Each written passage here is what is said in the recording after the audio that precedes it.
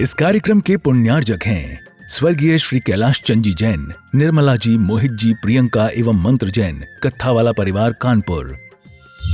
ब्रह्मचारिणी सुनीता दीदी, श्री प्रेमचंद जी, पदम कुमार जी, पारस जी, श्रीमती अनीता जी, श्रीमती रश्मि जी, पूनम एवं प्रिंसी जैन। जय बोलो देवादिदेव 1000 श्री भगवान महावीर स्वामी की, अहिंसा परमो धर्म की, परम पूज्य आचार्य गुरुवर श्री विद्यासागर जी महाराज की, परम पूज्य मुनि श्री 108 प्रमाण सागर जी महाराज की, परम पूज्य मुनि श्री 108 निर्वेद सागर जी महाराज की।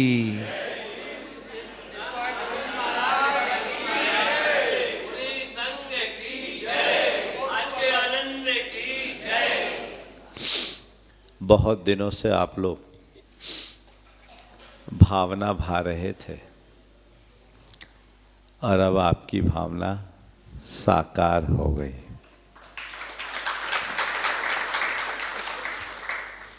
आप लोगों ने बहुत सारे उपाय किए।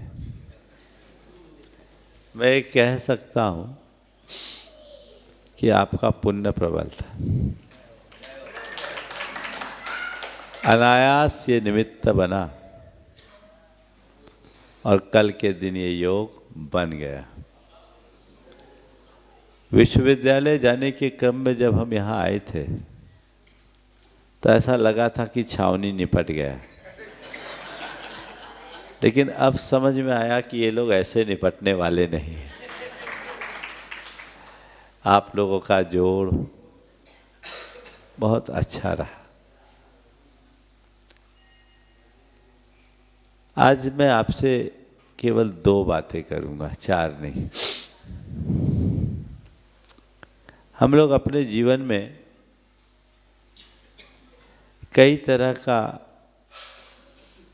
गुना भाग लगाते रहते हैं और प्रायः संपूर्ण जीवन को अपने कैलकुलेशन से चलाना चाहते हैं, है ना। हमने जैसा सोच लिया वैसा हो जाए। जितने लोग यहाँ उपस्थित हैं सबने अपना अपना गुना भाग लगा रखा है कि नहीं। लेकिन हिसाब हमने चाहे जो कुछ भी लगाया हो, केवल इतना हिसाब लगाओ कि आज तक तुमने जो कुछ सोचा वो सब तुम्हारे हिसाब से हुआ है क्या।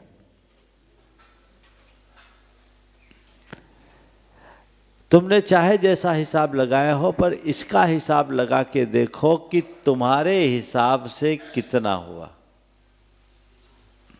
बोलो। हर मनुष्य अपना अपना हिसाब लगाता है, पर अंत में सबका हिसाब अधूरा रह जाता है। रहता है। आज हम आपका हिसाब करना चाहते हैं। हिसाब पूरा करो। संत कहते दूसरों का हिसाब पूरा करने का प्रयत्न फिर भी हो सकता है, लेकिन जिंदगी का हिसाब कभी पूरा नहीं होता, सदैव अधूरा रह जाता है। सवाल जीवन के हिसाब को समझने का है। जब तक हम हिसाब ही नहीं समझेंगे तो पूरा कैसे करेंगे। आपने कभी सोचा कि मेरे जीवन का हिसाब क्या है? बोलो। जीवन का हिसाब क्या है? जीवन का गणित समझते हो? हाँ, बोलो तो। हिसाब लगाने में माहिर लोग बैठे हैं यहाँ। जीवन का हिसाब क्या है? अगर जीवन का हिसाब पूछो जो निरंतर माइनस में जाए वह जीवन है। जो पल पल घटे वह जीवन है। कभी ऐसा आपके सोचने में आया? हम जीवन जी रहे हैं तो जीवन जीते जीते हम कुछ बढ़ा रहे हैं या घटा रहे हैं? महाराज हमें तो बढ़ता हुआ दिखता है, घटता हुआ दिखता नहीं। आप क्या बोलते महाराज, आप तो आए नहीं। 50 बरस पहले यहाँ छावनी का मंदिर बहुत छोटा सा था, देखिए हमने कितना बड़ा मंदिर बना लिया। 50 साल पहले हम बहुत छोटे से मकान में रहते थे, अब आके आप वहाँ मकान देखिएगा। आप अगर अवसर दीजिएगा तो आपको मकान भी देखने का मौका मिलेगा। बहुत बड़ा मकान बना लिए, है ना। 50 साल पहले मेरे पास धन बहुत कम था, लेकिन 50 साल में हमने खूब पैसा कमाया है और आज इंदौर के नामी गिरामी लोगों में अपना स्थान बना लिया है। मेरा धन बढ़ा, साधन बढ़ा, सुयश बढ़ा, प्रतिष्ठा बढ़ी, पहचान बढ़ी, धाक बढ़ी, सब बढ़ा है महाराज, और आप बोल रहे घटा है ना। तुम्हारे गणित से बढ़ा है और मेरे गणित से घटा है। बस इस गणित को पहचान लो तो जीवन बदल जाएगा। किसके गणित से बढ़ा और किसके गणित से घटा। मैंने कहा मेरे गणित से बढ़ा और आप मेरे गणित से घटा और आपके गणित से बढ़ा। हाँ, सच्चाई है। तुम्हारी चीजें बढ़ी है पर तुम घटे हो। श्वासें घटी है, बाकी सब बढ़ी है। और चीजें चाहे कितनी बढ़ जाए, अगर चीजों वाला ही न रहे तो उनका क्या मूल्य है। बोलो, सब बढ़ जाए और बढ़ाने वाला ना रहे तो क्या मतलब। पल पल जीवन छीन हो रहा है, आयु घट रही है। काश क्षण क्षण छीन होते हुए इस जीवन को हम पहचान पाते और अपने जीवन को अक्षीण बनाने का सुयत्न करते। लेकिन कभी लगता है कि मेरा जीवन घट रहा है। अभी तो सब बढ़ता दिखता है और उसी को बढ़ाने में लग रहे हो। वही बढ़े, वही बढ़े, वही बढ़े। ठीक है भैया, बढ़ा लो, पर ये बात ध्यान रखना, अंत में सब धरा रह जाएगा। साथ जाने वाला कुछ भी नहीं है। ये समझ जिसके भीतर विकसित हो जाती है, उसके जीवन की धारा बदल जाती है। दिशा पलटिए, दृष्टि बदलिए। संस्कृत में जीवन शब्द एक धातु से बना है, वो ज्या धातु है। ज्या बयो हानो, जिससे वह यानी आयु की हानि हो, उसका नाम जीवन है। आप लोग हर साल अपनी वर्षगांठ मनाते हो तो बहुत खुश होते हो। आज का भी एक का जन्मदिन है, खुश होते। वर्षगांठ, गुरुदेव कहते वर्षगांठ का मतलब गांठ से एक वर्ष निकल गया। तुम वर्षगांठ तो मना रहे हो, एक वर्ष कम हुआ। काश हम इस गणित को पहचाने और अपने जीवन की दिशा को तय करें। आज आप सबके लिए 2 पहाड़ा पढ़ाना चाहता हूं। आप लोग तो बहुत पहाड़ा पढ़ाते हो, लोगों को पढ़ाते हो कि नहीं महाराज? रोज ही पढ़ाते हैं। कई लोग तो हमको भी पढ़ाना शुरू कर देते हैं। हाँ, और कुछ लोग तो बहुत होशियार पहाड़ा पढ़ाने वाले। तो आप लोगों से ही हमने सीख लिया पहाड़ा पढ़ाना, है ना। तो आज आपको पहाड़ा पढ़ाना चाहता हूं, पढ़ा दूं। पहले 8 का पहाड़ा पढ़ो। 8 एकम 8 दूनी 1 और 6 8 तिया 2 और 4 8 चौके 3 और 2 8 बचे, शून्य हटाओ क्या बचा, 8 छक 4 8 1 और 2 8 सत्ते 6 5 1 और 1 8 8 क्या हो गया, 6 4 10 1। अब 9 को अभी नहीं लाएंगे। ये हमने 8 से शुरू किया और 1 पे आ गए, है ना। जब 9 में आए तब बढ़ा, है ना। 8 9 72 7 2 9। और अब थोड़ा 9 का पहाड़ा पढ़ो। 9 1 9 दूनी 1 और 8 9 त्रिका 2 और 7 9 चौके 3 और 6 9 पचे 4 और 5 9 छक 5 और 4 9 सत्ते 7 6 और 3 9 अठे 7 और 2 9 नवा, थोड़ा जोर से 8 और 1 9 10 9। समझ में आ गया। एक 8 का पहाड़ा, एक 9 का पहाड़ा। 8 का पहाड़ा कर्म का पहाड़ा है और 9 का पहाड़ा धर्म का पहाड़ा है। तुम लोग सब 8 का पहाड़ा पढ़ रहे हो, लगता है बढ़ रहे पर घट रहे हो। जो बढ़ता दिखे पर घटे वो 8 है, और जो बढ़े और स्थिर बना रहे वो 9 है। आपको लगता हम बढ़ रहे, इसको थोड़ा समझो। 8 साल से अपनी यात्रा की शुरुआत की। 8 में तुम्हारे पास 8 पुण्य था, 16 के हुए तो क्या हो गया, 1 घट गया। समझ गए। और फिर 24 के हुए तो 2 घट गया, 32 के हुए तो 3 घट गया, और 40 के हुए तो 4, फिर 48 के हुए 5, है ना। उत्तरोत्तर घटता गया। समझ गए।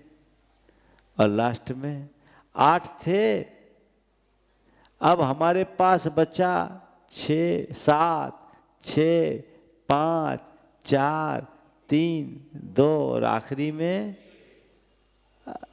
कितना बचा, 1। कब, 8 8 64 में 1। खत्म कहानी। 8 से शुरू हुए, 1 बचाए।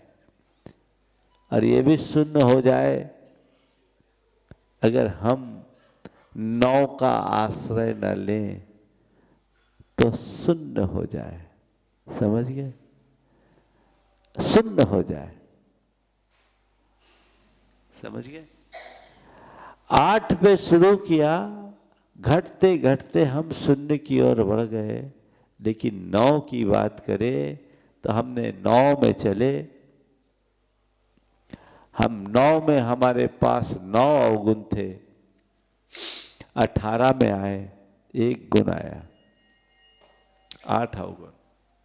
27 में आए 2 गुण हुआ, 1 अवगुण घटा, 7 अवगुण। 36 में 3 गुण, 6 अवगुण।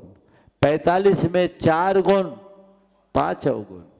और फिर 54 में 5 गुण, 4 अवगुण। 63 में 6 गुण, 3 अवगुण। और 72 में 7 गुण, 2 अवगुण। 81 में 8 गुण, 1 अवगुण। और 90 पहुंचे तो 9 गुण, 0 अवगुण। अवगुण को शून्य करना है।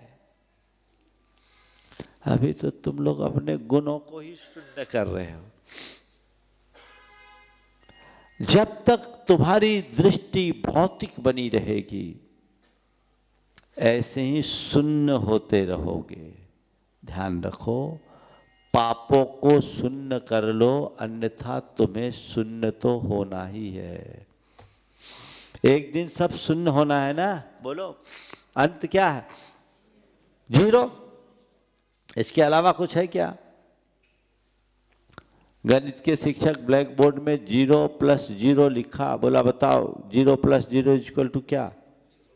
बोले 0। उसने थोड़ा और बड़ा 0 बनाया और उसके सामने उसी आकार का 0 बनाया, फिर प्लस का निशान लगाया, बोलो बताओ इस 0 + 0 बराबर क्या? बोला 0। फिर और बड़ा 0 बनाया, बोला इस 0 के सामने फिर प्लस लिखकर बोला इस 0 + 0 बराबर क्या है? बोले 0। तो एक छात्र ने पूछा, गुरुजी छोटे 0 का रिजल्ट छोटा और बड़े 0 का रिजल्ट बड़ा होता है क्या? शिक्षक ने समझाया, बेटा 0 तो 0 ही होता है, चाहे छोटा हो तो और बड़ा हो तो। 0 यानी 0। बस इतनी बात ध्यान में रख लो, एक दिन सब 0 होने वाला है, चाहे तुम बड़ा हो रखो या छोटा, सबका 0 0 होता है। राजा हो या रंक, सबका अंत तो एक ही है, वो है राख। इसके अलावा क्या है? राजा हो या रंक, सबका अंत एक ही है, वह है राख। ये हो सकता है कि राजा को चंदन की लकड़ी से जलाया जाए और रंक को गोबर के उपलों से, लेकिन ध्यान रखने की बात केवल इतनी है कि अंत सबका राख है। चंदन की राख में सुगंध नहीं होती और उपलों की राख में दुर्गंध नहीं होती। राख तो आखिर राख है। इसे पहचानिए, इसे पहचानिएगा, इसकी तरफ दृष्टि होगी, तब जीवन में कुछ करने की उमंग बढ़ेगी। हमारा लक्ष्य होना चाहिए, एक बहुत दुर्लभता से ये मनुष्य जीवन मिला, हम इसे सार्थक बनाएं, अपने जीवन को पापों के बोझ से मुक्त करें, गुणों को आत्मसात करें, तब आगे बढ़ेंगे। अभी तो 8 में चल रहे, 8 में तुम्हारे पास 8 गुण थे, 16 में आए तो 1 गुण घट गया, 24 में आए तो 2 गुण घट गया, 32 में आए तो 3 गुण घट गया और 40 में आए तो 4 गुण घट गए, है ना। 40 में आए 4 गुण घट गए, 48 में आए आपके 5 गुण घट गए। ऐसे गुण घट रहे हैं, दोष बढ़ रहा है, दोष बढ़ रहा है, गुण घट रहा है। ये गणित उल्टा है। देखो, हम अपने जीवन को आगे बढ़ाने की कोशिश करें और अपना गुणात्मक विकास लक्ष्य बनाकर चले। गुणात्मक विकास कब होगा? जब हम धर्म से जुड़ेंगे। 0 का कोई मूल्य नहीं होता, होता है क्या? लेकिन 0 भी मूल्य पा जाता है। कब? जब उसके आगे कोई नंबर आ जाता है, अंक आ जाता है। तो मैं आप सबसे इतना ही कहता हूं, जब तक धर्म है, जब तक तुम्हारे पास धर्म नहीं, तब तक सब 0 है। और तुमने जितने भी 0 अपने पास जोड़ रखे हैं, उनका मूल्य तभी है जब तुम्हारे साथ धर्म का अंक जुड़ेगा। उस धर्म के अंक को जोड़िए जिससे उसका मूल्य बढ़े। तो उधर हमारी दृष्टि होनी चाहिए, वैसी हमारी सोच विकसित होनी चाहिए। ऐसी सोच बने, हम अपने जीवन को आगे बढ़ाने की तत्परता रखें और अपने जीवन को हमारे हिसाब से सोचना शुरू करें कि अभी हम जा कहाँ रहे हैं। थोड़ी देर के लिए कल्पना करो कि अभी अचानक अपना प्राणांत हो जाए तो क्या होगा? बोलो, अचानक प्राण निकल जाए। अब कभी भी किसी के भी निकल जाते हैं, भगवान ना करे कि आपके निकले, लेकिन किसी के भी निकल जाए तो कोई रोक सकता है क्या? अगर अचानक प्राण निकल जाए तो तुम्हारी क्या स्थिति होगी? हाँ? क्यों? अच्छा, दिमाग तो वकील ही लगा लिया। हमने तो सोचा भी नहीं था कि यहां भी दिमाग चलेगा। अभी मंदिर में बैठे तो अच्छी गति होगी, लेकिन बैलेंस शीट क्या बता रही है? वो तो देखो भैया, अच्छी गति तो चले जाओगे पर देवों के भी चपरासी बनोगे, वकील नहीं बन पाओगे। बैलेंस शीट क्या है? सदगति में सब जाते हैं, लेकिन सदगति में भी सब एक सा पद नहीं पाते हैं। मैंने जो किया मुझे केवल वही मिलेगा, आज भी और भविष्य में भी। इस पर पक्का श्रद्धान होना चाहिए और तदनुरूप पुरुषार्थ होना चाहिए। वैसा पुरुषार्थ यदि हमारा जागृत होगा, सुनिश्चित रूप से हम अपने जीवन को बेहतर बना सकेंगे, सुंदर बना सकेंगे। नहीं तो एक दिन सब खत्म हो जाएगा। एक पिता के 3 पुत्र थे। तीनों के मध्य उत्तराधिकारी का चुनाव करने का सवाल था, किसे उत्तराधिकारी बनाए। पिता ने तीनों को बुलाया और 5-5 हजार रुपये दिए। बोले, बेटे ये 5,000 रुपये दे रहा हूं, ये तुम्हारी पूंजी है, इससे अपना कारोबार करो। साल भर बाद मैं आऊंगा, मैं तीर्थ यात्रा को जा रहा हूं। तुम में से जो अच्छा कमाएगा उसे मैं अपना उत्तराधिकारी बनाऊंगा। तीनों ने पैसे ले लिए। एक ने दिमाग लगाया पूरा अपना गणित की 5,000 में तो कुछ हो ही नहीं सकता। अब पिताजी ने 5,000 में धंधा करने के लिए कहा, इतनी महंगाई के ज़माने में क्या होगा। ज़्यादा दिमाग वाला था, उसने 5,000 सट्टे पे दांव पे लगा दिया कि निकल गया तो 1 के 80 हो जाएंगे। अब सट्टा में लगा दिया, दांव हार गया। सोचा था किस्मत साथ देगी तो वारे न्यारे होंगे, लेकिन उसके 5,000 व्यर्थ हो गए। दूसरे ने सोचा 5,000 में क्या हो सकता है, तो उसने एक परचून की दुकान खोली। परचून की क्या करी, गोली बिस्किट की दुकान खोली और थोड़ा बहुत बेचना शुरू कर दिया। तीसरे ने पैसे को तो हाथ भी नहीं लगाया, एक बड़ी फर्म में कुछ दिन काम किया, अनुभव सीखा और उसके बाद अपना कारोबार किया। समय पूरा होने पर पिता आए, तीनों बेटों को बुलाए, पूछा क्या हाल है। पहला मुंह लटकाए खड़ा था। बोला, पिताजी क्या करूं, भाग्य ने साथ नहीं दिया, लगता गलत मुहूर्त पे निकले थे।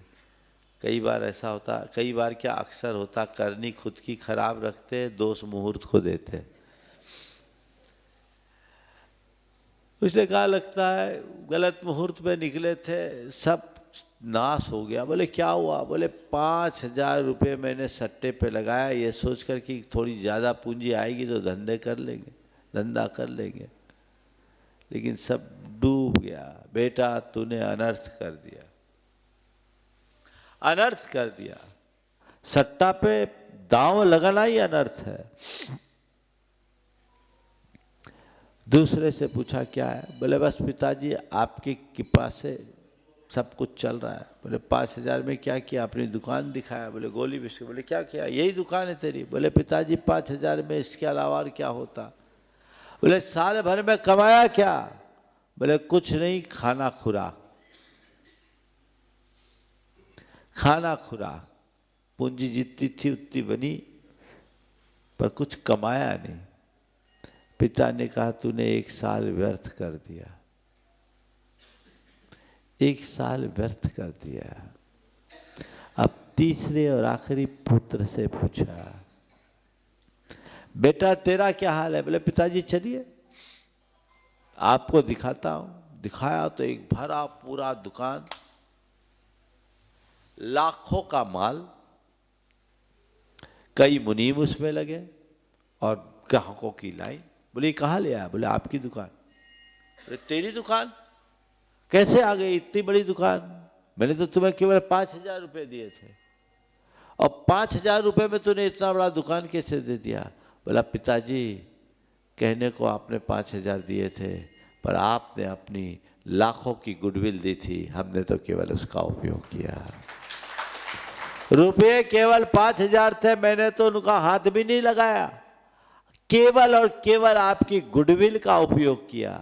मैंने कुछ दिन काम सीखा, मैं समझ गया था कि पिताजी ने 5,000 की रकम दी है, बाजार की स्थिति वो जानते, जरूर इसमें कोई रहस्य है। मैंने उस 5,000 को हाथ भी नहीं लगाया, जरूरत ही नहीं पड़ी। मैंने कहीं नौकरी की और 3 महीने में मैंने काम सीखा और आपकी गुडविल का उपाय करके मैंने ये पूरा कारोबार कर दिया।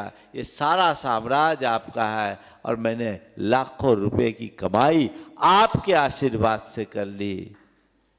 पिता ने कहा बेटा तेरे कार्य में कुछ अर्थ है और सच्चे अर्थों में तू ही मेरे उत्तराधिकारी होने के योग्य है। मैं तुझे उत्तराधिकारी बनाना चाहता हूँ, पर यहीं रुकते हुए नहीं, मैं तुझे एक सीख इतना देना चाहता हूँ, तूने अर्थ तो दिया, इसकी मुझे खुशी है, पर उससे भी ज़्यादा खुशी तब होगी जब तू अर्थ से परमार्थ की ओर बढ़ेगा।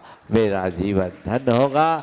तो परमार्थ की ओर बढ़, अपनी कमाई का एक हिस्सा निरंतर परोपकार के कार्यों में लगा, तो तेरा जीवन धन्य होगा। बस यही स्थिति हमारी। बताओ आपके 3 बेटे हों तो आप किसको पसंद करोगे? पहले की तो शक्ल देखना भी पसंद नहीं करोगे, करोगे क्या? दूसरों से ज़्यादा खुशी नहीं होगी, और तीसरे को गले लगाने में चूक नहीं करोगे, है ना? अब थोड़ा अपना हिसाब लगा लो।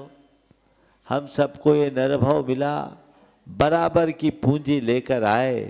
अब नरभाव की पूंजी पा करके हमने इसे विषयों के दांव में लगाया, या जैसे तैसे गोरख धंधे में अपनी जिंदगी बिताकर गंवाया, अथवा कुछ पुण्य का अर्जन कर अपने जीवन में कमाया, और कमाने के साथ अंत में परमार्थ के त्याग के मार्ग में लगकर अपने जीवन को परमार्थ में लगाया। कहाँ हैं हम? ज्यादातर 1 नंबर वाले हैं, कुछ लोग नंबर 2 में हैं। ऐसे काम तो आपके सब नंबर 2 के ही ज्यादा होते हैं। लेकिन तीसरी श्रेणी में कितने? हमारा स्थान कहाँ होना चाहिए? तीसरी श्रेणी में। वो कब होगा? जब आप हमारे हिसाब से सोचोगे तब। तय कर लो कि इससे पहले कि मेरा जीवन शून्य हो, मुझे सब शून्य कर लेना है, समेट लेना है, और अपने जीवन को आगे बढ़ाने की चेष्टा करनी है। बस यही सार संक्षेप में आज बोलना चाहूँगा। अभी ज़्यादा बोलने की स्थिति नहीं है, फिर भी ये हिसाब तो आप लोगों को याद रहेगा। अब सही पहाड़ा पढ़ना शुरू करें और जीवन को आगे बढ़ाने की चेष्टा करें। आज का ये दिन, आज का शंका समाधान का लाभ भी आप लोगों को मिलेगा, और सन्मति स्कूल में ही शंका समाधान होगा। आगे के कार्यक्रम की सूचना शाम को दी जाएगी। और जैसा आप सबको विदित है, आने वाले 1 जनवरी को गोमटेश बाहुबली के चरणों में गोमटगिरी में नए वर्ष की शुरुआत होगी, और भगवान का महामस्तकाभिषेक, उसके पूर्व भावना योग का कार्यक्रम है। उस तिथि में आप सबको अधिक से अधिक संख्या में उपस्थित होना चाहिए। अगर लौकिक दृष्टि से आप 9 वर्ष मना रहे हैं तो ये वर्ष भी भगवान की आराधना के साथ हो। 8 बजे सबको वहाँ उपस्थित होना है।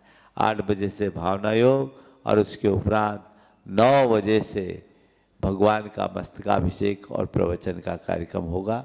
आप सब लाभान्वित होंगे। और उसके साथ 30 और 31 तारीख को, 1 तारीख को भी होगा ही, 30 और 31 तारीख को जो समाज के युवक युवतियों के लिए एक विशेष कार्यक्रम भावना योग का है, जो 2-3 दिनों में, जिसका शीर्षक उदय है, जो आपके जीवन के रूपांतरण का आधार बनेगा। बच्चों में एक नया ट्रांसफॉर्मेशन होगा, वो अपने जीवन में कुछ बेहतर करने में समर्थ हो सकेंगे। तो उन्हें सबको मैं कहना चाहूँगा, तुम लोगों ने हर साल न्यू ईयर सेलिब्रेट किया है, लेकिन इस बार हमारे साथ सेलिब्रेट करो, पूरा जीवन बदलेगा। 15 वर्ष से 35 वर्ष तक के बच्चों के लिए, युवकों और युवतियों के लिए एक विशेष रूप से डिजाइन किया गया कार्यक्रम है, जिसमें भावना योग और अंतर यात्रा के साथ अपने जीवन को किस तरीके से संतुलित किया जा सके और आगे बढ़ाया जा सके, ये ट्रेनिंग आप सबको मिलेगी। तो सुबह से रात तक का कार्यक्रम होगा और उसमें हमारा अधिकतम समय आप लोगों को प्राप्त होगा। तो उसके अनुरूप आप सब प्रयास करें, पुरुषार्थ करें।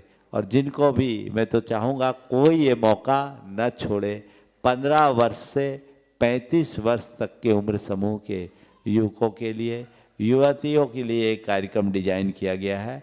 वे सभी प्रमाणिक ऐप के माध्यम से और वेबसाइट के माध्यम से अपना पंजीयन करा सकते हैं, लाभ ले। यहीं पर विराम। बोलिए परम पूज्य आचार्य गुरुवर श्री विद्यासागर जी महाराज की। इस कार्यक्रम के पुण्यार्जक हैं स्वर्गीय श्री कैलाश चंद जी जैन, निर्मला जी, मोहित जी, प्रियंका एवं मंत्र जैन, कत्थावाला परिवार कानपुर। ब्रह्मचारिणी सुनीता दीदी, श्री प्रेमचंद जी, पदम कुमार जी, पारस जी, श्रीमती अनीता जी, श्रीमती रश्मि जी, पूनम एवं प्रिंसी जैन, बांसा।